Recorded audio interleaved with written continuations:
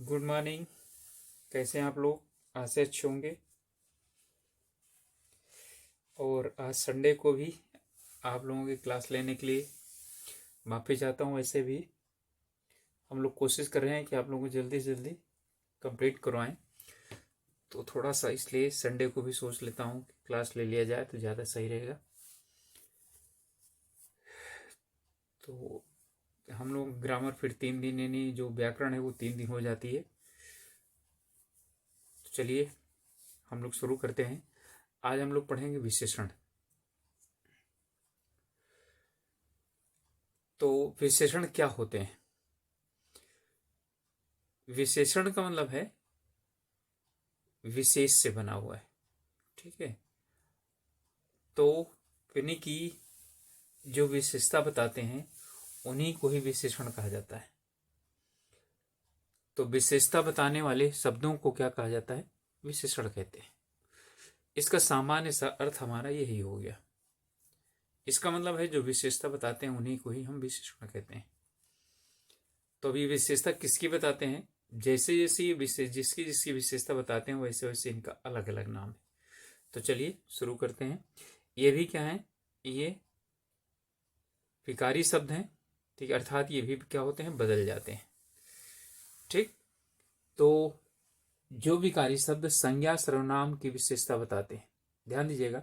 अभी मैंने सिर्फ संज्ञा और सर्वनाम की बात की, तो संज्ञा या सर्वनाम की विशेषता बताते हैं या संज्ञा या सर्वनाम की विशेषता का बोध कराते हैं, उनको विशेषण कहते हैं। यानी विशेषण शब्द सिर्फ और सिर्फ उन्हें कहा जाता है जो संज्ञा या सर्वनाम की विशेषता बताते हैं। ठीक है, तो विशेषण शब्द जिन शब्दों की विशेषता बताते हैं उनको विशेष से कहा जाता है। अब इसका मतलब है सीधा सीधा संबंध हो गया विशेषण और विशेष्य का।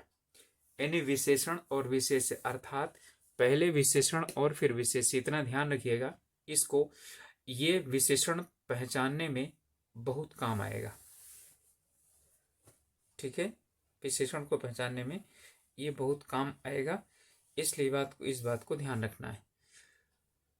तो विशेषण और विशेष्य, ठीक है, तो ये दोनों यानी कि पहले विशेषण हो फिर उसके बाद विशेष्य, ऐसा समूह है। तो विशेष्य किन्हें कहा जाता है? संज्ञा को या सर्वनाम को। तो संज्ञा या सर्वनाम जो है उन्हीं को ही विशेष्य कहा जाता है, क्योंकि उसी की विशेषता बताते हैं। यानी जो शब्द संज्ञा या सर्वनाम की विशेषता बताते हैं उनको विशेषण कहते हैं, और ये जिनकी विशेषता अर्थात संज्ञा या सर्वनाम उन्हें हम विशेष्य कहते हैं। तो इन्हें विशेषण और विशेष से संबंध पाया जाता है, यानी बिना विशेष्य के विशेषण का कोई महत्व नहीं होगा। अब नोट करिएगा इस बात को कि बिना विशेष्य के विशेषण का कोई संबंध यानी महत्व नहीं होगा। इसलिए विशेषण के लिए विशेष्य होना आवश्यक है, अर्थात जिसकी विशेषता बता रहे हैं उसका तो होना आवश्यक ही है। अब जो शब्द विशेषण की विशेषता बताते हैं उन्हें प्रविशेषण का या विशेषण विशेष कहा जाता है। ठीक है, तो यानी कि जो विशेष, अब मैंने बताया ना कि वो सिर्फ विशेषण की बात हो रही, तो प्रविशेषण क्या होते हैं? या विशेष से विशेषण, यानी कि विशेषण और विशेषण अर्थात विशेषण की जो विशेषता बताते हैं उन्हें हम क्या कहते हैं? उन्हें बोलते हैं प्रविशेषण। यानी जिनके लिए विशेष विशेषण होता है उन्हें हम प्रविशेषण कहते हैं। इस बात है जो क्रिया की विशेषता बताते हैं उनको क्रिया विशेषण कहते हैं। क्लियर? तो यहां पर हो गया, यानी कि विशेषण जो है वो सभी हैं, लेकिन किसकी विशेषता बताते हैं? जब संज्ञा सर्वनाम की बताएंगे तो उसे बोलेंगे विशेषण, विशेषण की बताएंगे तो प्रविशेषण। प्रविशेषण मतलब प्र माने पहले, विशेषण के पहले आने वाले, ठीक है, विशेषण, उन्हें प्रविशेषण कहते हैं। फिर जाते हैं जो क्रिया की बताते हैं उनको क्रिया विशेषण कहते हैं।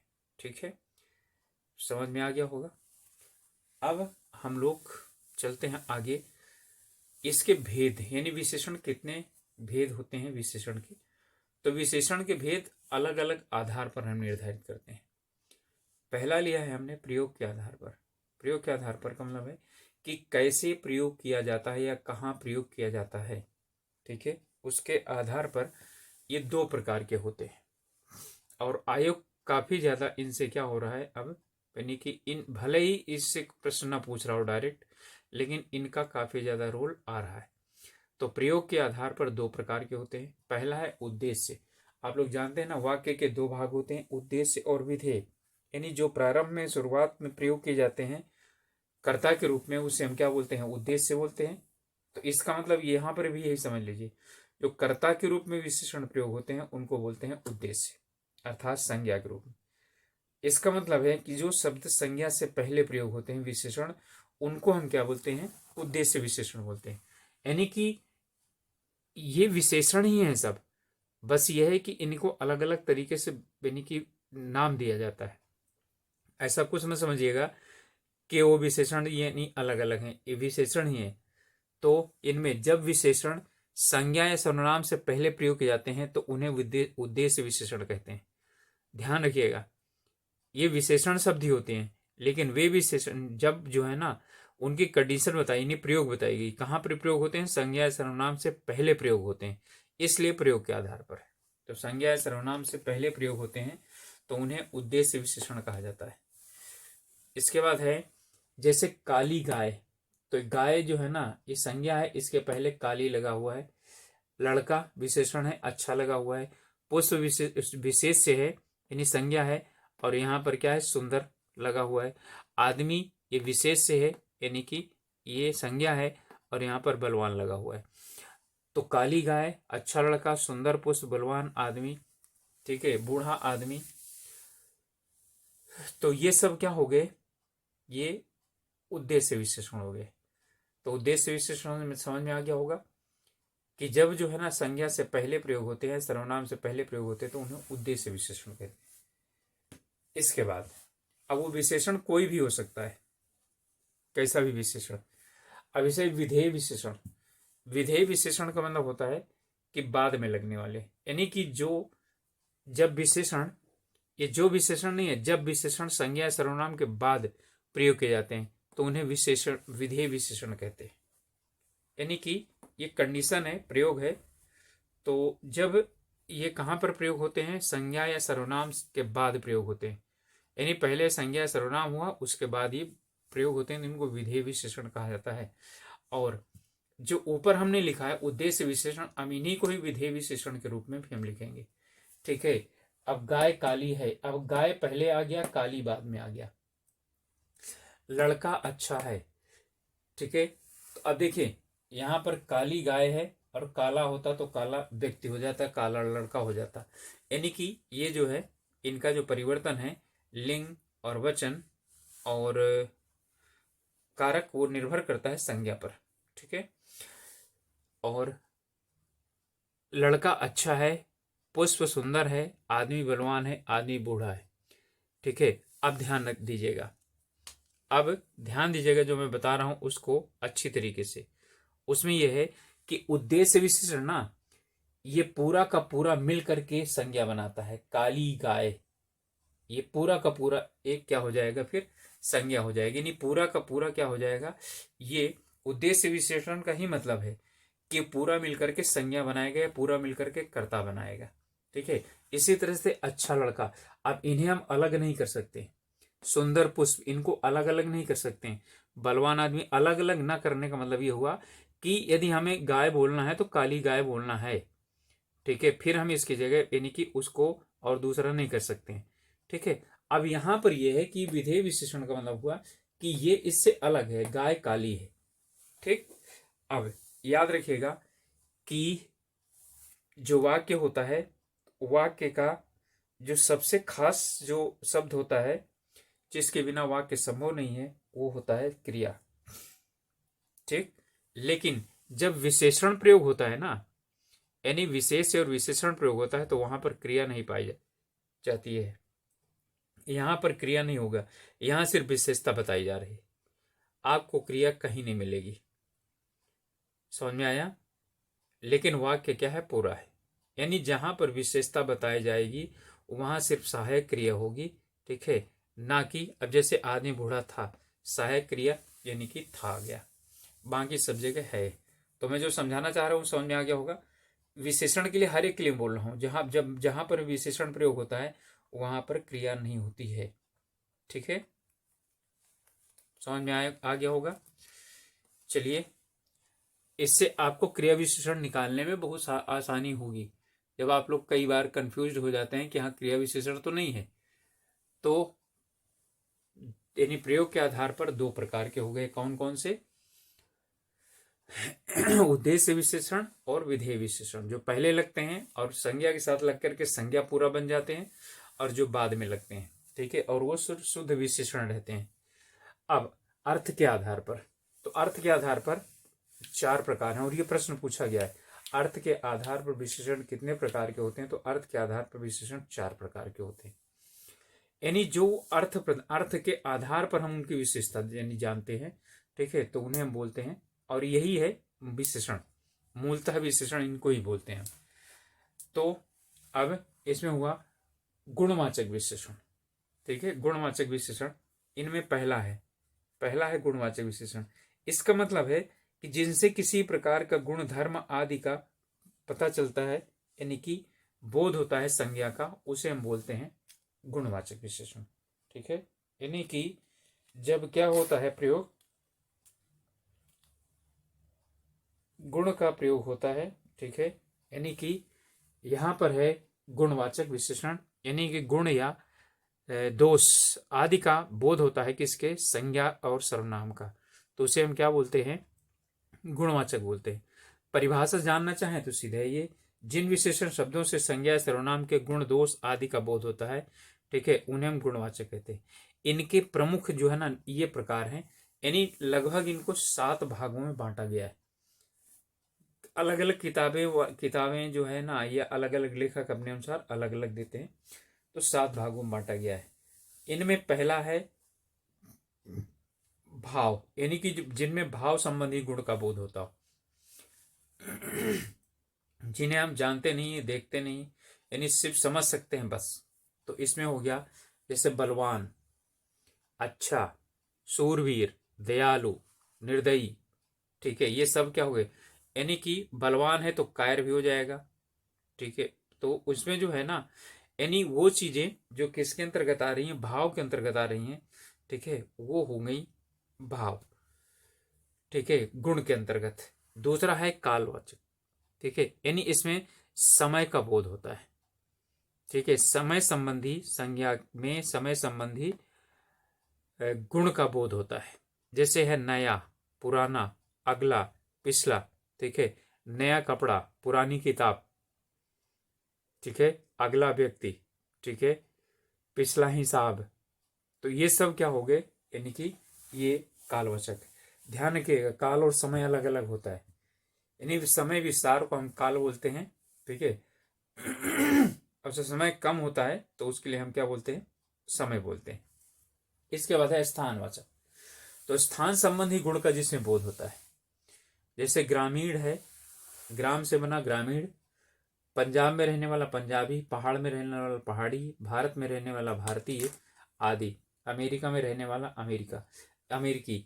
ध्यान दीजिएगा, ये स्थानवाचक है, और स्थान में दोनों चीजें आती हैं। स्थान में जब नाम आएगा तो व्यक्तिवाचक हो जाएगा, जब जो है ना उस स्थान का नाम नहीं आएगा तो क्या हो जाएगा? वो जातिवाचक हो जाएगा। ठीक है, तो जब हम आगे फिर से एक और पढ़ेंगे तो वहां पर हमें इसी से संबंधित, यानी इसी का एक भाग, यानी व्यक्तिवाचक संज्ञा से बनने वाले विशेषणों का पता चलेगा। ठीक है, तो स्थान में जातिवाचक स्थान और व्यक्तिवाचक स्थान दोनों से क्या होता है?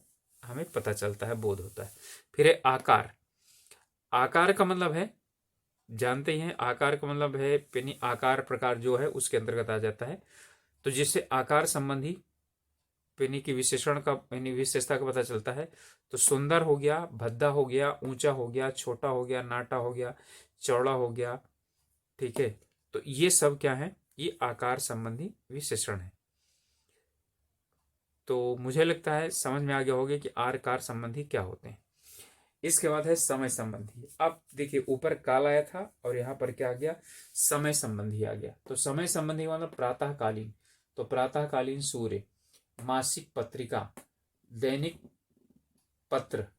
ठीक है, वार्षिक पत्रिका, समझ में आ गया।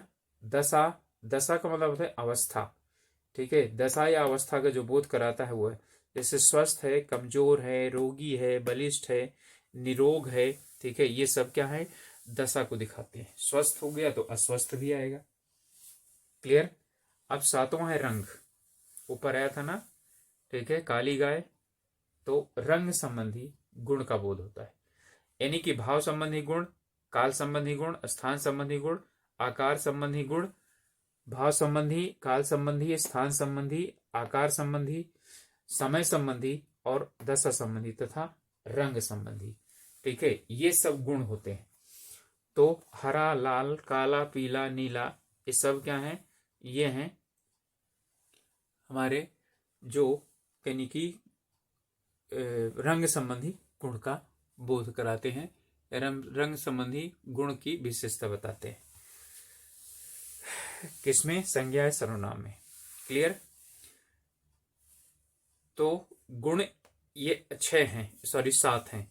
तो इन 7 जो गुणों का बोध कराते हैं उन्हें गुणवाचक विशेषण कहते हैं।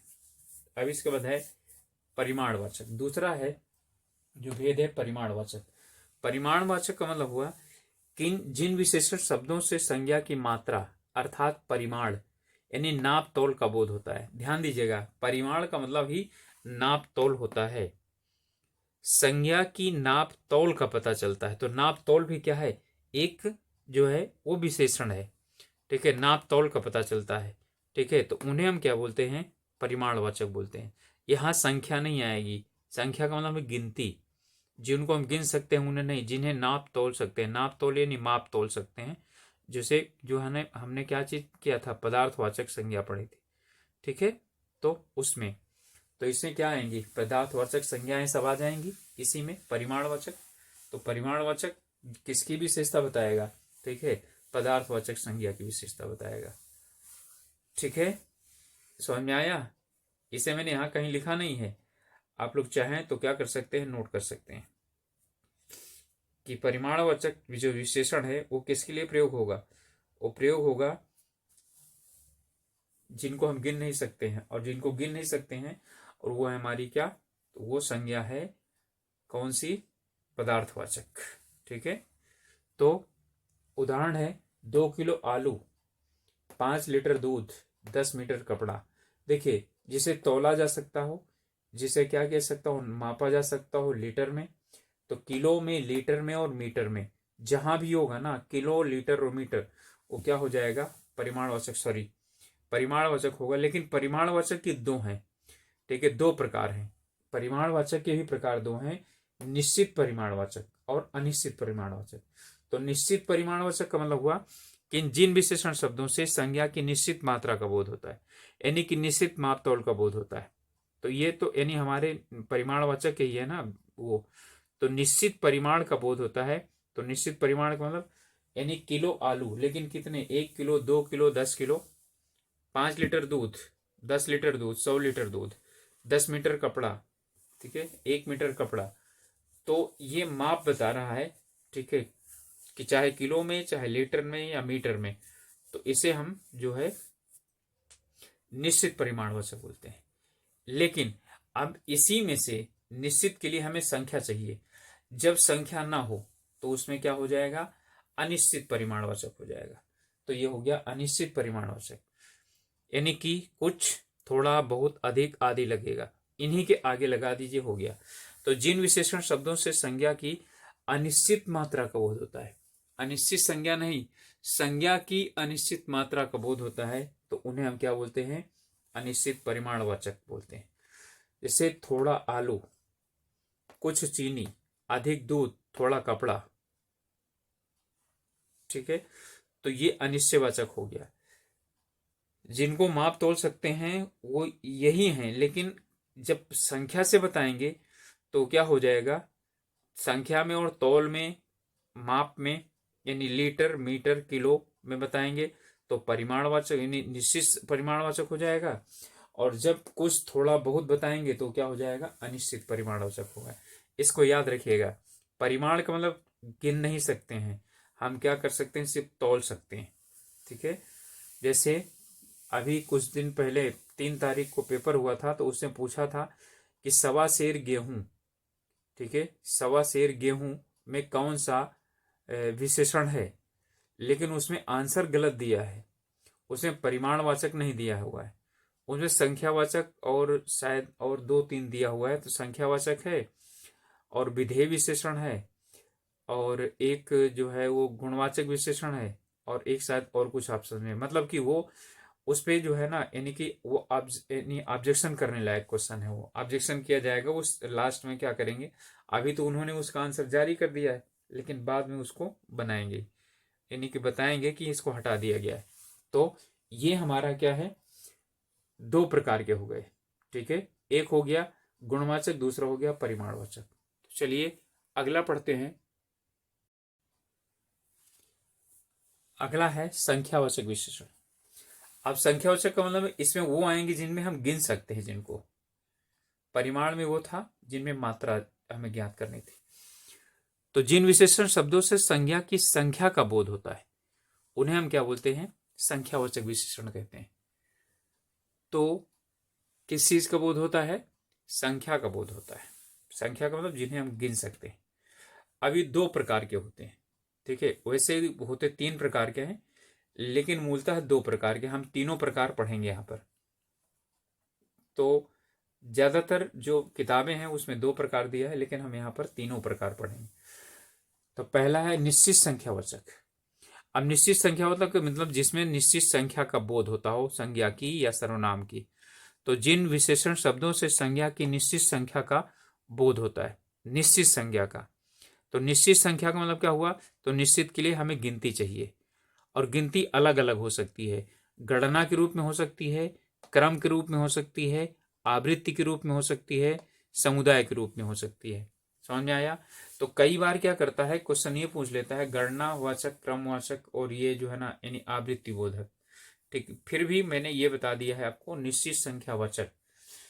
तो इसमें जैसे 1, 10, 1 हो गया, 2 हो गया, 4 हो गया, 10 हो गया, फिर है तीसरा और पांचवा, ये क्या है, क्रमबोधक हो गया। गणनाबोधक 1, 2, 3, 4, ठीक है। दोनों, ये समुदायवाचक है, दोनों, चारों, फिर है इकहरा, दोहरा, तिगुना, 10 गुना, 100 गुना।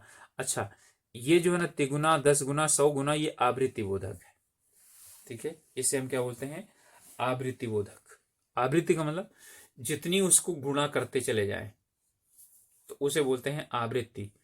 तो आवृत्ति का मतलब है जितना आगे है फिर आगे फिर आगे फिर आगे, ठीक है, उतना ही जुड़ता चला जाए, तो वही हमारा क्या हो जाएगा, ठीक, ये हो जाएगा। तो ये हो गया। अब इसमें कोई भी लगा दीजिए, कुछ भी लगा दीजिए, तो वो क्या हो जाएगा, यानी कि आप इसके साथ कोई संज्ञा लगा दीजिए, संज्ञा वही होनी चाहिए जो गिन सकते हैं। जैसे 10 आदमी, तीसरा छात्र, पांचवा व्यक्ति, दोनों बच्चे, ठीक है, चारों व्यक्ति, ठीक है, इकहरा शरीर, तो जो है यानी कि दोहरा, अब 3 तिगुना, 10 गुना, 100 गुना, ठीक है, ये सब क्या है, ये निश्चित संख्यावाचक है। ठीक, अब इसके बाद अनिश्चित संख्यावाचक, यानी जिन विशेषण शब्दों से संज्ञा की अनिश्चित संख्या का बोध हो। जो वहां पर हमने परिमाणवाचक में पढ़ा है वही यहाँ पर है। कुछ है, थोड़ा है, बहुत है, अधिक है, ये सब क्या है, इसी के अंतर्गत आ जाएगा। तो थोड़े आदमी, लेकिन याद रहे यहां गिनती है और वहां गिनती नहीं है, यानी यहां पर वही होंगे जिन्हें गिना जा सकता है। लोगों, यानी सब बच्चों को यही बड़ी समस्या होती है कि समझ नहीं पाते परिमाण में क्या करें, संख्या में क्या करें। तो परिमाण में सिर्फ क्या है, जो नाप तोल सकते हैं वो लेंगे, और यहां सिर्फ उनको लेंगे जो गिने जा सकते हो।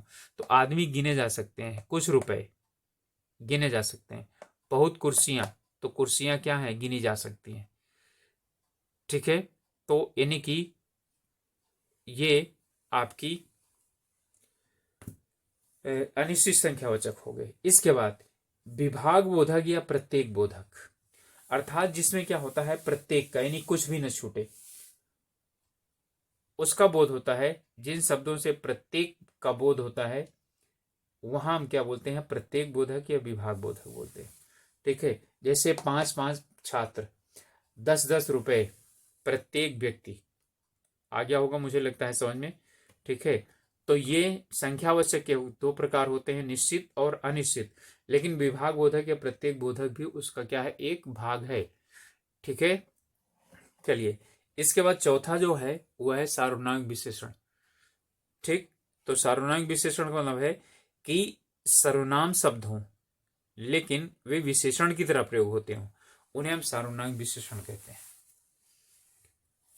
कल भी मैंने सर्वनाम पढ़ाते समय, परसों जो भी है, तो बताया था आप लोगों को इस सर्वनाम यानी कि सर्वनाम जो होता है वो सार्वनामिक विशेषण की तरह प्रयोग होते हैं, यानी संयुक्त विशेषण यानी संयुक्त सर्वनाम, ठीक। तो यहां पर सार्वनामिक विशेषण मत हुआ जब सर्वनाम शब्द विशेषण की तरह प्रयोग होते हैं, ठीक है, तो हम उन्हें क्या कहते हैं, सार्वनामिक विशेषण कहते हैं। अब फिर से ध्यान दे लीजिए, ये हमेशा संज्ञा के साथ उसके पहले प्रयोग होते हैं, कभी बाद में नहीं प्रयोग होते हैं। संज्ञा के साथ प्रयोग होते हैं और उससे पहले प्रयोग होते हैं, अर्थात उद्देश्य विशेषण के रूप में प्रयोग होते हैं। क्लियर? किस रूप में? उद्देश्य विशेषण के रूप में प्रयोग होते हैं। और सार्वनामिक विशेषण को ही संकेतवाचक विशेषण भी कहते हैं। समझ लीजिएगा, इसी को सार्वनामिक विशेषण को, ये कोई अंक अलग नहीं है, तो संकेतवाचक विशेषण भी कहते हैं। तो यानी कि इसे संकेतवाचक विशेषण भी कहते हैं, सार्वनामिक विशेषण।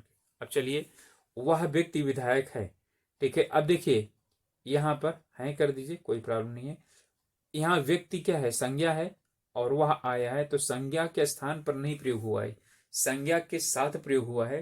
तो संज्ञा के साथ जब प्रयोग होता है और संज्ञा के लिए प्रयोग होता है, ध्यान रखिए, संज्ञा के साथ और संज्ञा के लिए प्रयोग हो तो वही सार्वनामिक विशेषण होता है। लेकिन संज्ञा के साथ प्रयोग हो पर संज्ञा के लिए प्रयोग ना हो, ठीक है, तो क्या होता है, फिर वो सार्वनामिक विशेषण नहीं होता। जैसे मैंने उस दिन पढ़ाया था कि यह पुस्तक है, तो यह उधर की तरफ संकेत कर रहा है, यह पुस्तक के लिए संकेत कर रहा है, तो उस कंडीशन में क्या होगा, वो सार्वनामिक विशेषण नहीं है, वो सर्वनाम है, ठीक है। इस व्यक्ति ने चोरी की है, अब इस व्यक्ति यानी इस व्यक्ति के विषय में बता रहा है, ठीक है।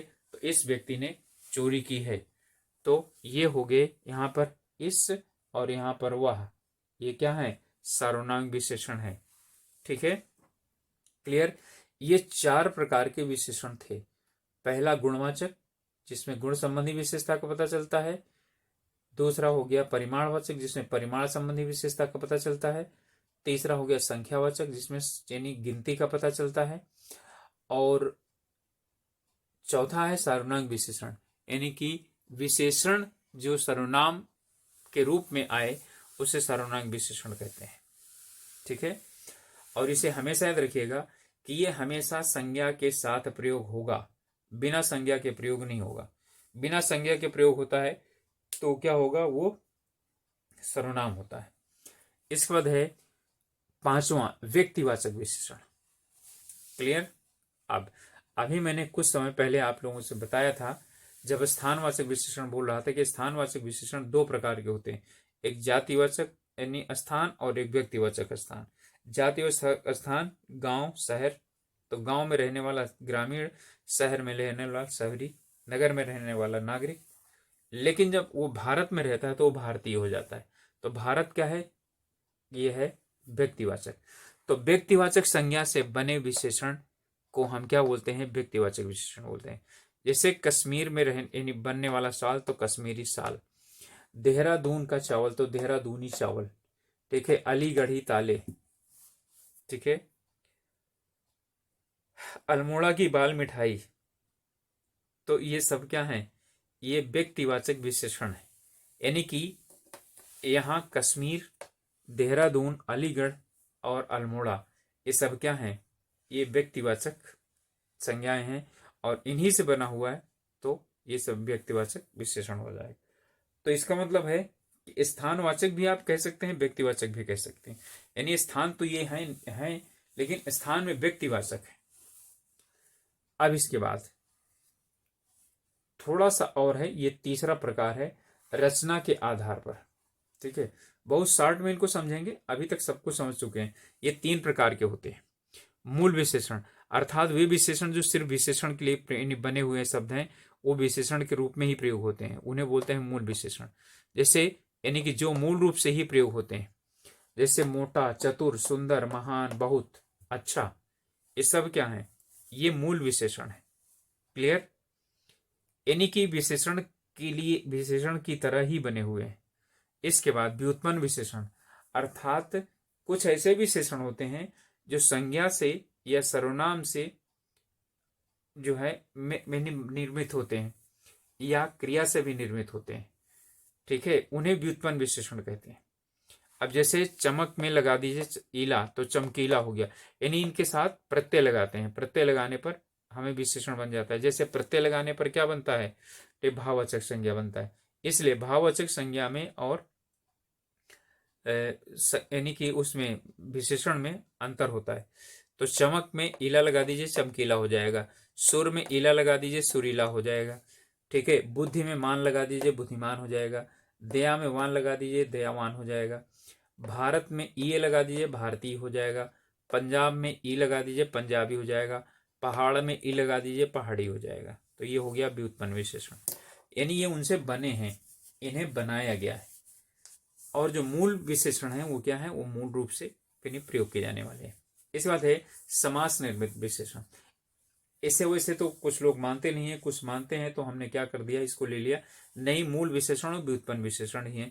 ये भी व्युत्पन्न ही विशेषण के अंतर्गत आता है। तत्पुरुष समास वाले जो होते हैं वो भी यानी कि विशेषण होते हैं।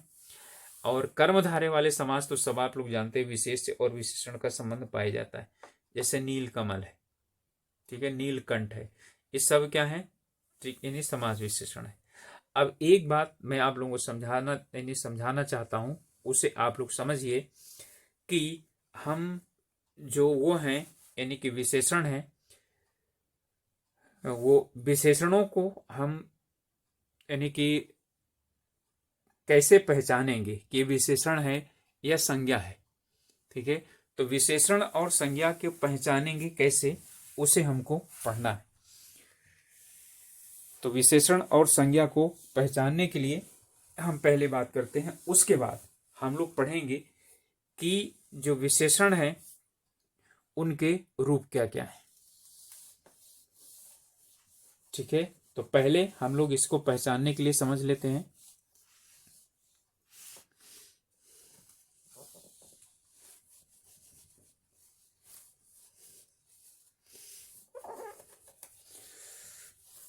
बस दो चीजें बताऊंगा, हो गया। आप लोगों को और कुछ करने की जरूरत नहीं है।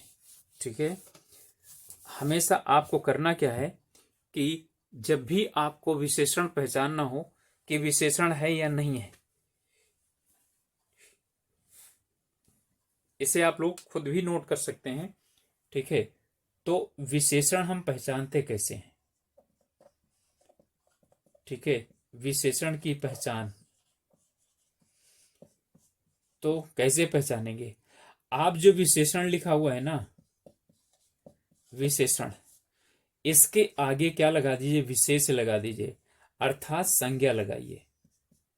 यदि संज्ञा लग जाती है तो विशेषण है, और यदि संज्ञा नहीं लगती है तो विशेषण नहीं होगा। सिर्फ इतना ही नियम है, बस, और कुछ नहीं है। यानी विशेषण है तो संज्ञा तो लेगा ही लेगा, और यदि विशेषण नहीं है तो संज्ञा नहीं लेगा। समझ में आया? अब जैसे यहां पर है, एक शब्द है सुंदर, और सुंदर के साथ आप क्या लगा दीजिए? पुष्प लगा दीजिए, बच्चा लगा दीजिए, यानी कि कोई ना कोई लगाइए, तो क्या हो जाएगा? इसका मतलब है बन गया ये। अब देखिए यहां पर क्या है? एक शब्द है सुंदरता, जरा लगाइए सुंदरता के आगे। ठीक है, कोई संज्ञा लगती है? कोई संज्ञा नहीं लगेगी। ठीक है, इसी तरह से क्या हो जाएगा? बूढ़ा, तो बूढ़ा क्या हो जाएगा? व्यक्ति। ठीक है, तो बूढ़ा व्यक्ति ले लिया, बस ये विशेषण है। लेकिन बुढ़ापा क्या है? बुढ़ापा कभी लेगा? नहीं लेगा। ठीक है, इसलिए ये संज्ञा नहीं है। अब जो है ना, इसमें इससे अधिक आपको पढ़ने की जरूरत नहीं है कि आप इसे इससे अधिक पढ़ें या जानें या बेनी को। सिर्फ इतना ही याद कर लीजिए कि विशेषण के साथ हमेशा क्या लगाते हैं?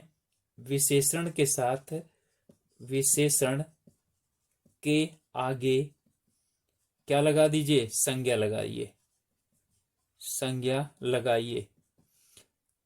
ठीक है, अब नंबर 1 लगता है तो विशेषण, और नंबर 2 नहीं लगती तो इसका मतलब है विशेषण नहीं है। ठीक है, हाँ तो विशेषण है, नहीं तो नहीं। क्लियर, समझ में आ गया? ये कोई भी ले लीजिए शब्द और ट्राई कीजिए, अपने आप आपको पता चल जाएगा।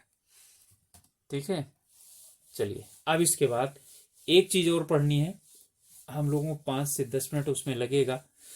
तो इसमें है विशेषण की अवस्था, वो भी थोड़ा सा रह गया है, उसे हम लोग क्या कर लेते हैं, पढ़ लेते हैं। तो विशेषण की अवस्था क्या होती है उसे पढ़ते हैं और हम लोग समझते हैं कि विशेषण की अवस्था होती क्या है, और जो है वो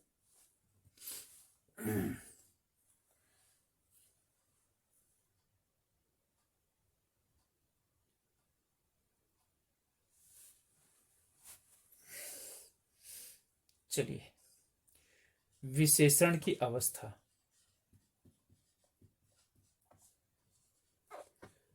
अवस्था या जिसे हम बोलते हैं कि विशेषण का जो क्या है रूप, ये 3 अवस्थाएं होती हैं।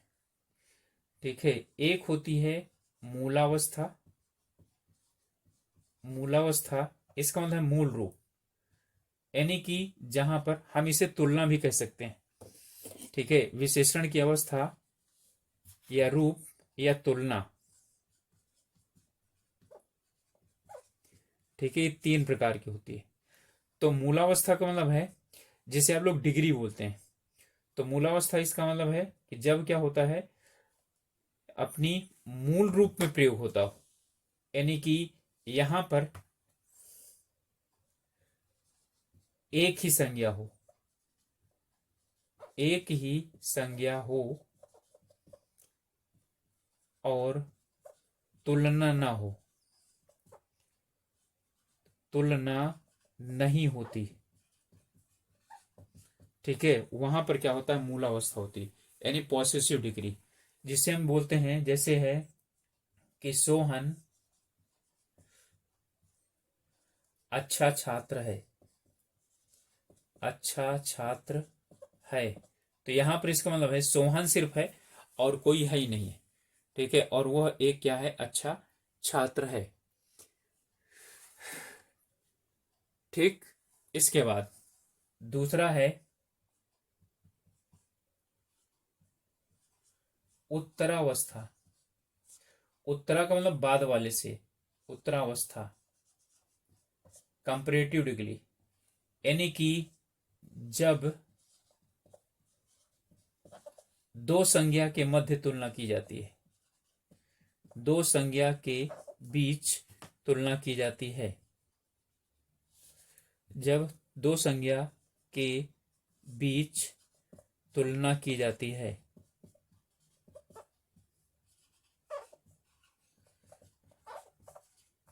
जाती है, उसी को ही हम क्या बोलते हैं, उत्तरावस्था। उत्तरा का मतलब बाद वाले से तुलना की जाती है, कभी भी पहले वाले से तुलना नहीं होती है। जैसे सोहन, सोहन रोहन से अच्छा छात्र है।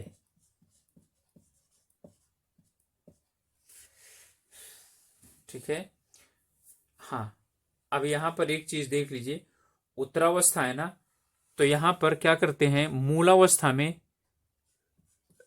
तर लगा देते हैं तो क्या बन जाती है, उत्तरावस्था हो जाती है।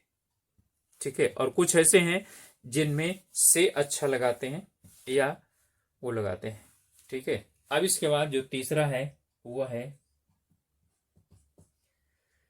हमारा उत्तमावस्था,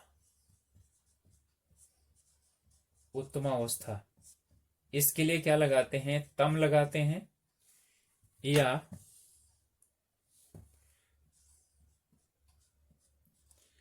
तम जोड़ते हैं या सबसे अच्छा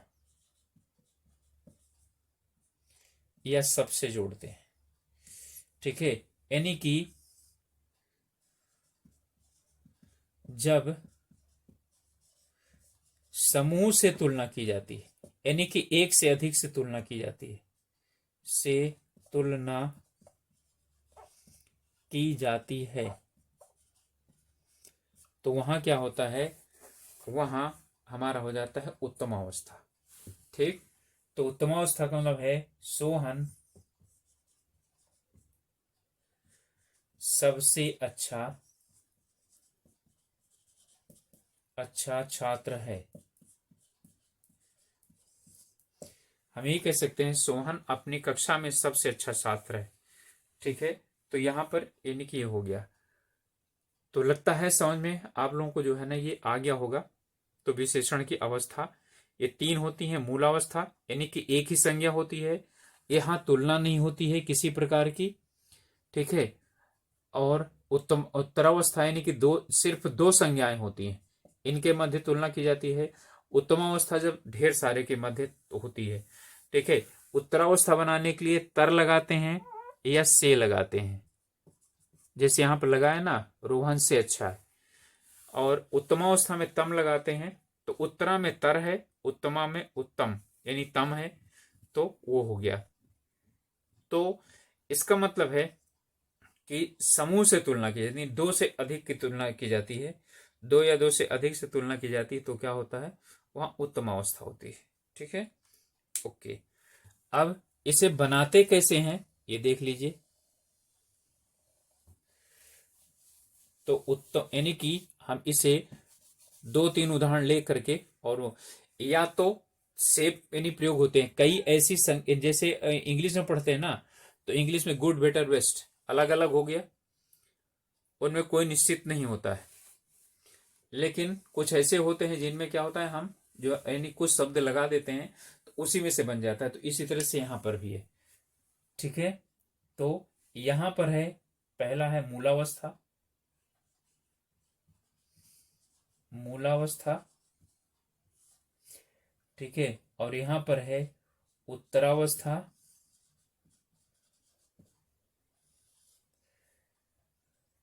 ठीक है, क्या लगाते हैं, तर लगाते हैं। ठीक है, और यहां पर है उत्तम अवस्था।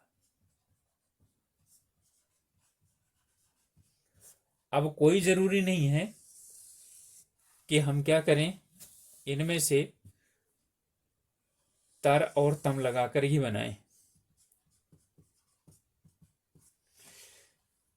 ठीक है, कोई जरूरी नहीं कि तर और तम लगा करके ही बनाए, हम अलग अलग भी हो सकता है। लेकिन कुछ ऐसे हैं जिनका कि जो होता है, जैसे है निम्न, तो क्या हो जाएगा, निम्नतर, और यहां हो जाएगा निम्नतम।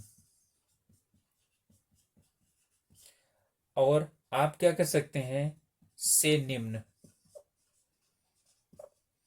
और यहां पर हो जाएगा सबसे निम्न, दोनों बन रहा है। ठीक है, फिर है गुरु, गुरु, तो क्या हो जाएगा, गुरुतर, गुरुतम। गुरु का मतलब है भारी। ठीक है, गुरुतम। अब है कोमल, ध्यान दीजिएगा, कोमल, तो कोमलतर नहीं, यहां से कोमल ज्यादा सही रहता है। ठीक है, सबसे कोमल।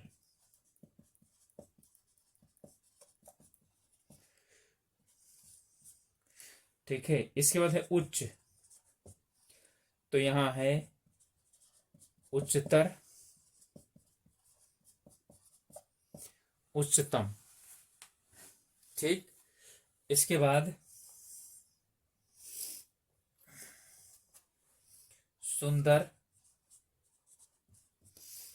ये हो गया सुंदरतर, और यहां हो गया सुंदरतम। यहां पर आप लिख सकते हैं से सुंदर, और यहां पर लिख सकते हैं सबसे सुंदर।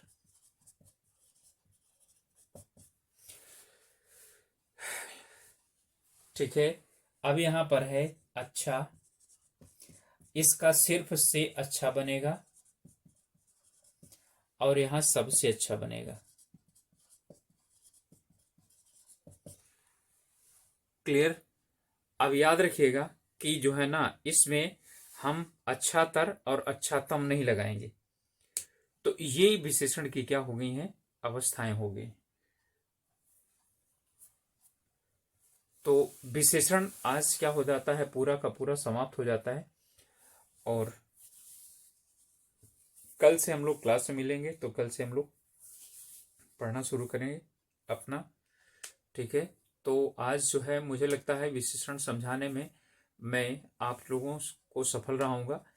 नहीं समझ में आया होगा तो एक दो बार फिर से देख लीजिएगा, अच्छी तरीके से आ जाएगा। और यदि कोई कंफ्यूजन रहे तो क्लास में डिस्कशन भी कर सकते हैं। ओके, तो जो है आप लोगों से ही रिक्वेस्ट है कि आप लोग अपने स्वास्थ्य का ध्यान रखिए और अपनी पढ़ाई कीजिए। ओके, मिलते हैं नेक्स्ट क्लास में, तब तक के लिए ऑल द बेस्ट।